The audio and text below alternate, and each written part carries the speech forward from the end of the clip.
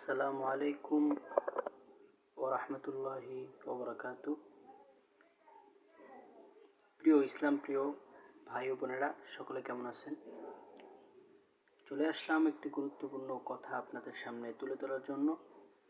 অবশ্যই আমি আশা করি আপনারা কথাটি নিয়ে চিন্তা করবেন এবং কথা অনুযায়ী চলার চেষ্টা করবেন।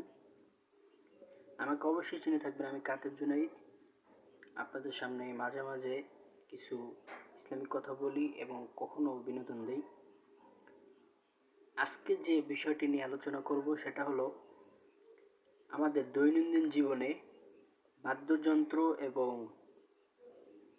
তদানীন্তন সময়ের যে গান এবং মিউজিক আছে তার প্রচলন যে সর্বসাধারণ এবং আলেম সমাজের মধ্যেও ঢুকে পড়ছে তার একটি দিক নিয়ে কথা বলবো। দেখুন, আমাদের এই বিশ্ব ব্যবস্থাটা এমন হয়ে গেছে এবং আমাদের সামাজিক চলাফেরা এবং কাজকর্ম এমন হয়ে গেছে যে আমরা কখন কোন কাজ করে ফেলি এবং কখন আমাদের সামনে কি পরিস্থিতি সামনে চলে আসে তা আমরা নিজেরাও বুঝতে পারি না। তাই না বুঝে না জেনে সেই কাজ এবং সেই পদ্ধতি আমরা অবলম্বন করি, কিন্তু কুফরি অপশক্তিগুলো আমাদেরকে চাই এইসব কাজগুলো আমাদের দ্বারা করতে। সাধারণত আমি ইদানিং খেয়াল করলাম এবং ইতিপূর্বেও আমি এই বিষয়টার দিকে খুব গভীরভাবে দৃষ্টিগোচর করছি এবং আমি নিজেও এই পদ্ধতি এবং এই কাজকর্মে আমি নিজেও গেছি।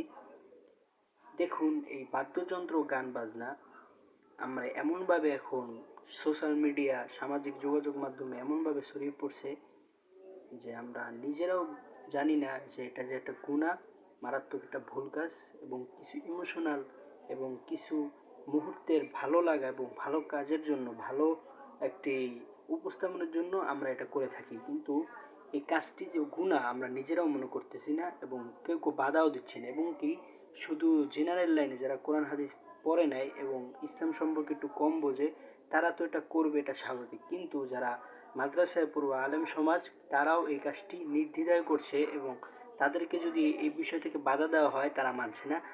তারা এই বিষয়টিকে পরিপূর্ণভাবে ইসলাম অনুযায়ী, এবং দেখা যায় একজন আলেমের একজন আলেমের একটি ভিডিও ছাড়লো, সেখানেও বাদ্যযন্ত্র একটি গান এবং বাদ্যযন্ত্র মিশিয়ে সেই ভিডিওটি আপলোড করছে। তো আপনারা বলুন, এটা কি ধরনের ইসলাম এবং কি ধরনের ইসলামিক ভিডিও হতে পারে?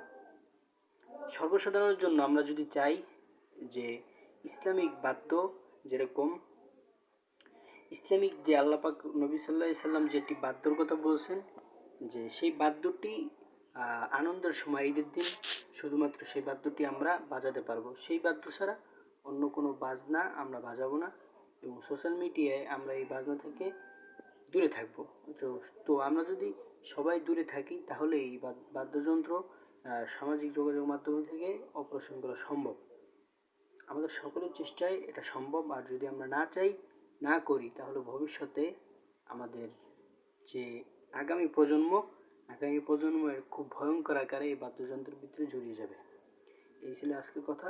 আসসালামু আলাইকুম ওয়া রাহমাতুল্লাহি ওয়া বারাকাতুহু।